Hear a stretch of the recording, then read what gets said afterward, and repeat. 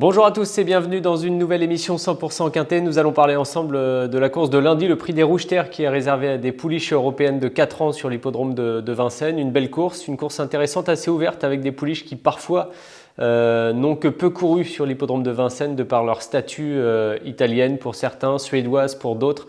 Et donc elles seront 15 au départ de cette course ce lundi. 2700 mètres à parcourir, le prix des Rouges Terres, 51 000 € d'allocation.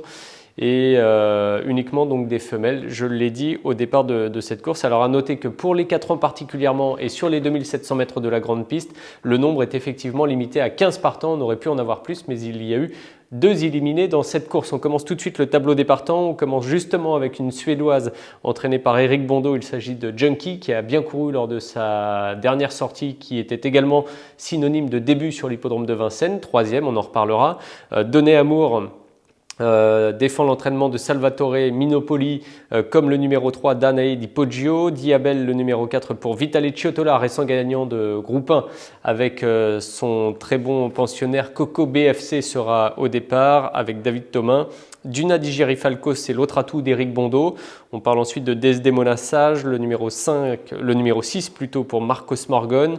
Dalila Bar, le numéro 7 pour Pietro Gubellini avec la drift de Nicolas Bazir. Miss Jaja qui reste sur un succès sera le seul émoji vert de la course. Jacinthe Després, le numéro 9. Et on termine le premier tableau avec Jomo Lungma, donc, qui est la première concurrente française au départ, la deuxième avec Jacinthe Després. Donc 2 concurrentes sur 10 dans ce premier tableau, française contre 8 étrangères.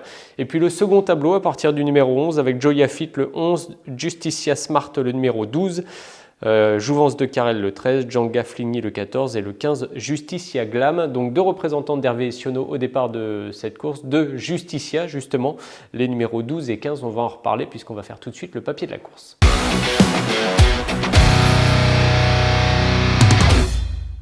Et on fait le papier justement de cette course et je vais commencer avec un prono en 5 chevaux avec le numéro 1 Junkie qui a bien couru et bien figuré surtout lors de sa première tentative dans le prix de Châlons en Champagne le 28 janvier sur l'hippodrome de Vincennes, donc avant le prix d'Amérique. 3e ce jour-là, Kazakh Lévesque, Kazakh jaune le long de la corde à l'entrée de la ligne droite. Elle va se faufiler, va venir bien finir, laissant quelques regrets. On sentait une pouliche ce jour-là sérieuse, bien appliquée, qui a bénéficié d'un bon parcours le long de la corde et qui n'aura certainement pas pris dur, comme on dit dans le jargon. Elle sera déférée des 4 pieds et va retrouver quelques-unes de ses opposantes de la dernière fois, notamment la gagnante de ce jour-là. On va en reparler, de Miss Jaja, le numéro 8. Il y avait également Duna di Gerifalco, le numéro 5, qui concluait ce jour-là 4e. Donc Junkie, un profil assez séduisant, une pouliche qui est certainement en retard de gain puisqu'elle ne totalise que 19 111 € de gain à ce jour. Donc le numéro 1 devant le 8, Miss Jaja. Je reprends la ligne donc du 28 janvier.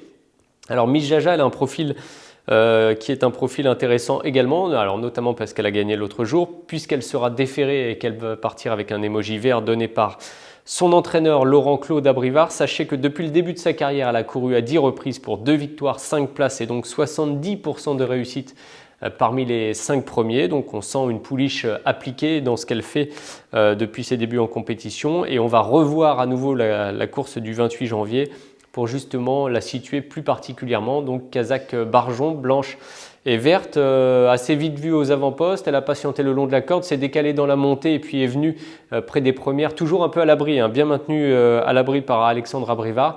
Et dans la phase finale, on sent une pouliche alors qui verse un peu sur sa gauche, à droite de l'image, mais qui va aller jusqu'au bout et s'imposer de manière assez plaisante. On a revu Junkie, Kazakh jaune, bien terminé, non loin d'elle ce jour-là. Donc voilà, je pense qu'une revanche est envisageable de la part de Junkie face à Miss Jaja, mais celle-ci devrait aussi bien figurer et normalement terminer parmi les 3 premières.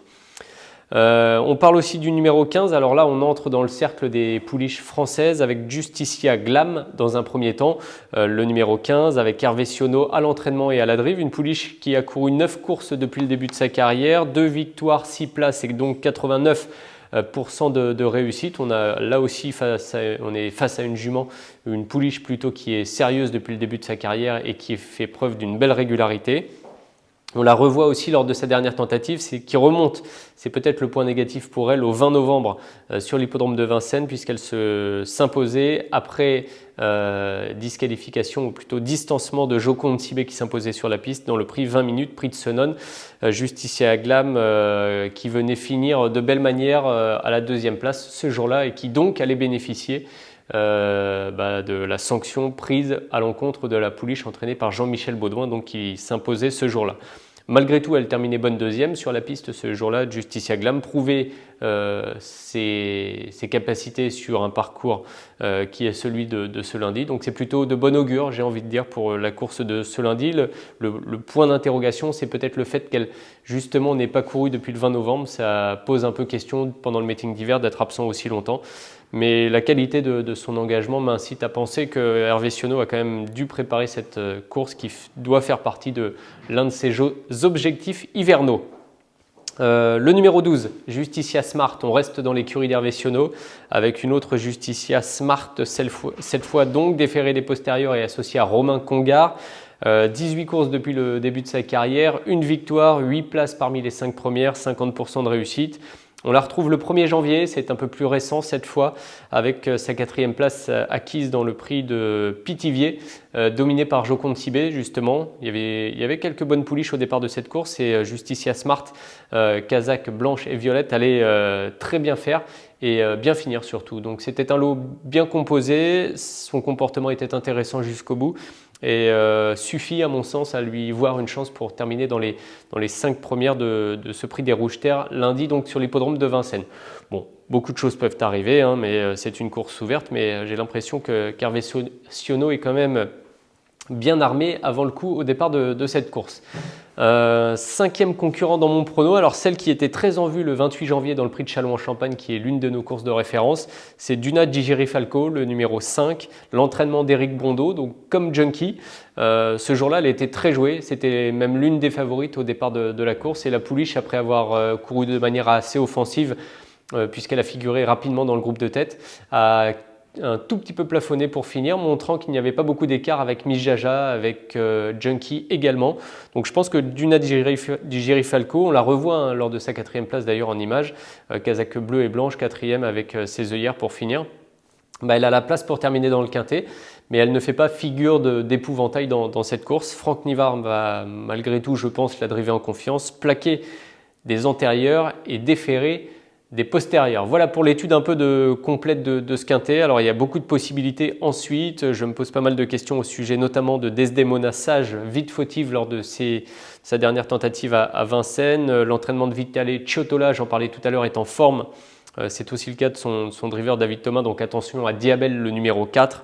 Et parmi les Françaises, pourquoi pas faire une place aussi dans un jeu de combinaison au numéro 11, Joya Fit, voire au numéro 10, Jomolungma. Enfin, il y a beaucoup de possibilités. Jouvence de Carrel, le 13 et Djanga Flini font partie évidemment des possibles placés de cette épreuve. Je vous propose de faire tout de suite le bilan de cette étude dans notre 3e et dernière partie d'émission. On fait ensemble le détail du prono dans le Notre Choix.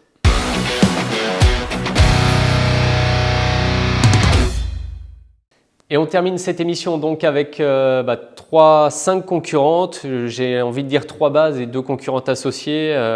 Donc Last Junkie en favorite, le numéro 8 Miss Jaja pour compléter la ligne du 28 janvier, donc dans un ordre inverse à ce qui s'est passé ce jour-là.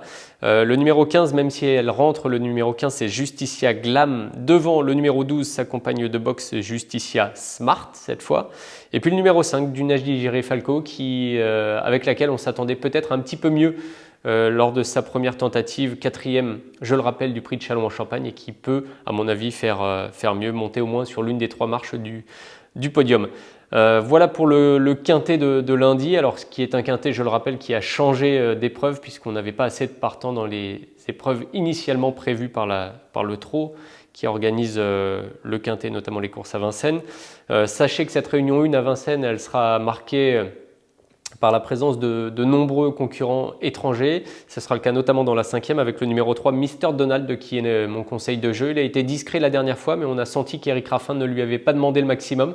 J'ai l'impression que c'est un cheval qui peut finir dans les 3 premiers cette fois, donc je vous conseille en réunion 1 le 503, Mr Donald, avec Sébastien Ernaud d'ailleurs à la drift pour l'entraînement de Björn Goop. Voilà, vous savez tout ou presque pour la réunion de lundi sur l'hippodrome de Vincennes. On se donne rendez-vous très bientôt pour une nouvelle émission 100% Quintet. Salut à tous. Merci à vous d'avoir suivi cette vidéo. Alors pour vous abonner à notre chaîne YouTube, c'est ici.